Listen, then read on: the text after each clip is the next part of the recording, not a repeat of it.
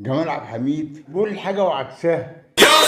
يا صفار خلي كده على المداري يا صفار يا ابو غالي يا صفار يا حقودي يا صفار يا ابو غالي يا ابو عقد نفس الدنيا بتدي للسالك وانت عشان اسود مش سالك وبتاخد دايما على عينك يا ابو طبعي عل يا ابو غالي يا صفار يا ابو غالي. وعايز يظهر نفسه في النادي الاهلي ان هو مستواه اعلى من نادي الزمالك بحاجات تانية بره الكوره. كان نفسه يحترف. امام عاشور الوكيل بتاعه قال لنا نفسه يحترف. فكده كده شهر يناير ماشي. فتاخد 90 مليون جنيه فيه ولا تسيبه لشهر يناير 6 شهور ويمشي فري. فده عشان كده هتقول لا احنا ما سيبناش امام عاشور، هو اللي طلب يسيبنا. ناخد منه 90 مليون جنيه واحنا اشتريناه ب 12 مليون. يبقى احنا كاسبين ولا خسرانين؟ واضح؟ طبعا. حسيتوا ساعتها انه راسم على الحاجه الثانيه دي اللي هي الاهلي؟ لا هو نفسه كان يحترف. النادي الميتلاند عنده رغبه في بيع امام او يعني اعارته بنيه البيع. عايز اسالك على امام عاشور في الاهلي جاب المستوى اللي كان بيقدم بيه اداء هايل مع نادي الزمالك، عشان كان دايما ده السؤال انه هل امام عاشور هيعرف يأدي بشكل جيد مع الاهلي ولا لا زي ما كان بيأدي مع الزمالك؟ والله بص امام لا خلاف عليه انه لعيب كويس قوي قوي. كان في نادي الزمالك بيعمل اقصى ما عنده وبهدوء. فالناس بتقول مستواه عالي جدا جدا، الناس بتتكلم عنه. فعشان كده الناس بيقولوا لسه ما جابش مستوى.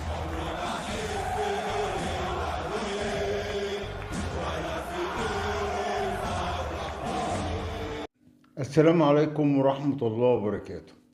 اهلا ومرحبا بكم في قناتكم اهلي وطن سبورت.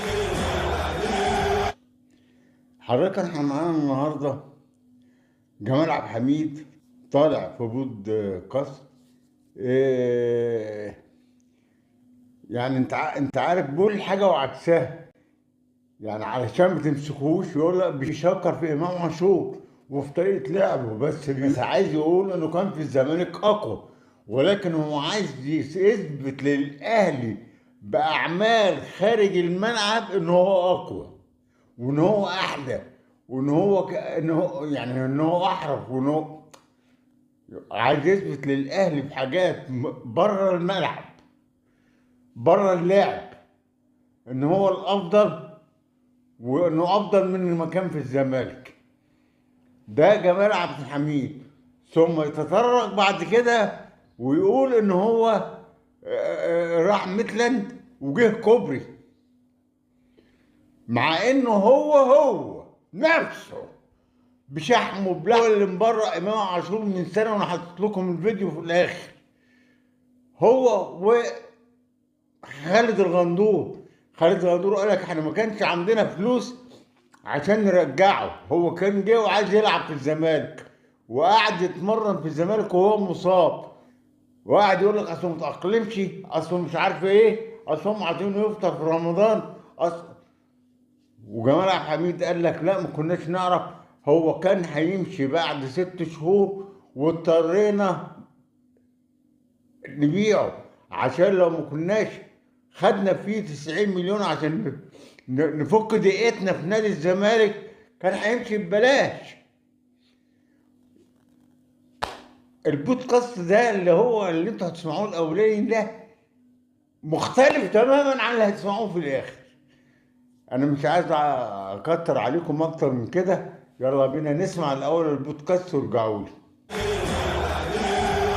فله يا فله كداب يا كيشة كداب قوي يا صفار يا حقودي يا صفار يا ابو غالي يا ابو عقد نفس الدنيا بتدي للسالك وانت عشان اسود مش سالك وبتاخد دايما على عينك يا ابو طبعي عل يا ابو غالي يا صفار.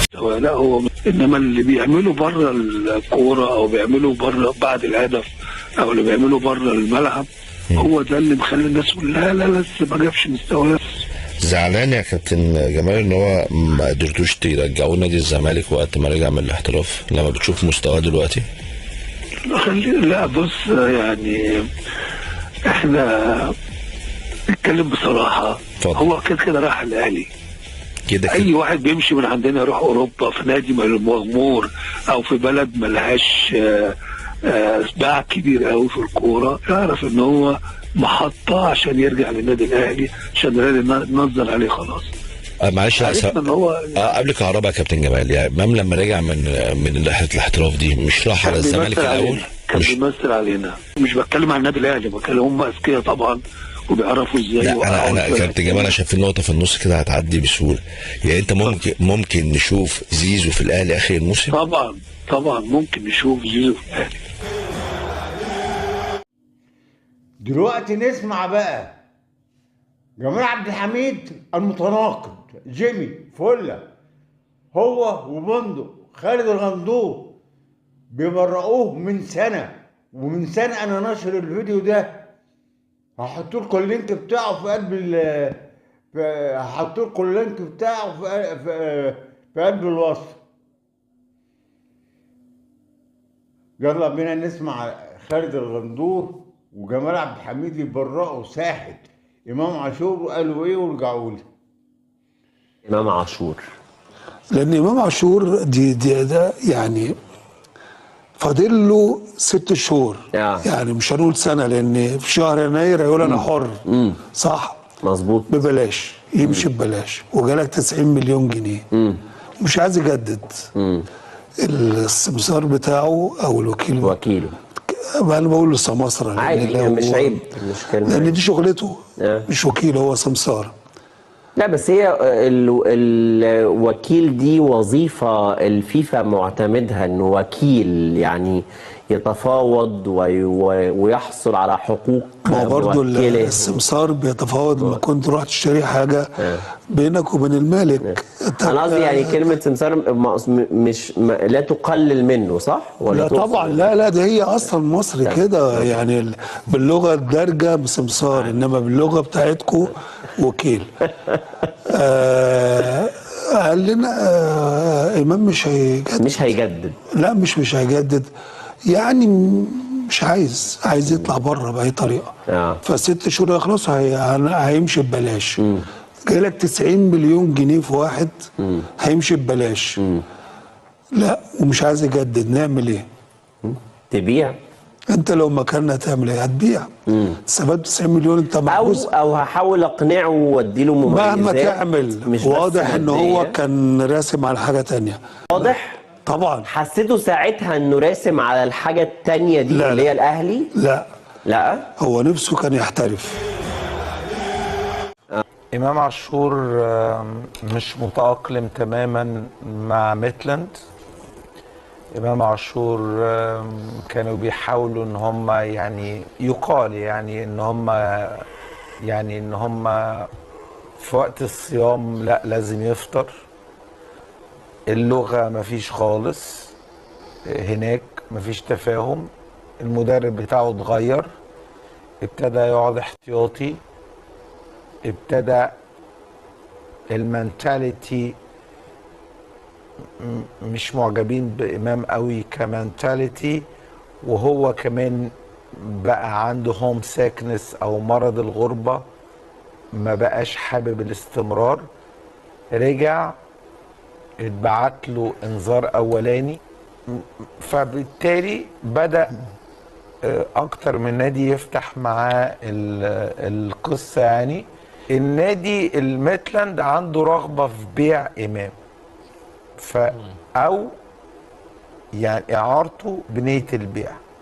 لو هيبيعه هو مش عايز يخسر فلوس ب3.5 مليون دولار.